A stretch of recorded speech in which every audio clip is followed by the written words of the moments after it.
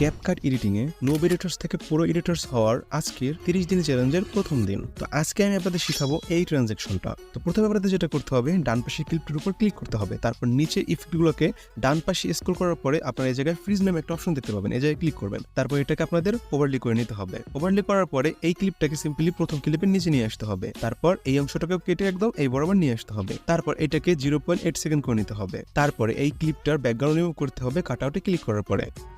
তারপরে এই ওভারলেটার প্রথম অংশে এসে একটা কি ফ্রেম দিতে হবে। তারপর একদম লাস্ট অপশনে এসে আরেকটা কি ফ্রেম দিতে হবে। তারপর প্রথম অংশটাকে একদম নিচে টেনে নিয়ে আসতে হবে। তারপরে এই অংশটাতে ক্লিক করতে হবে।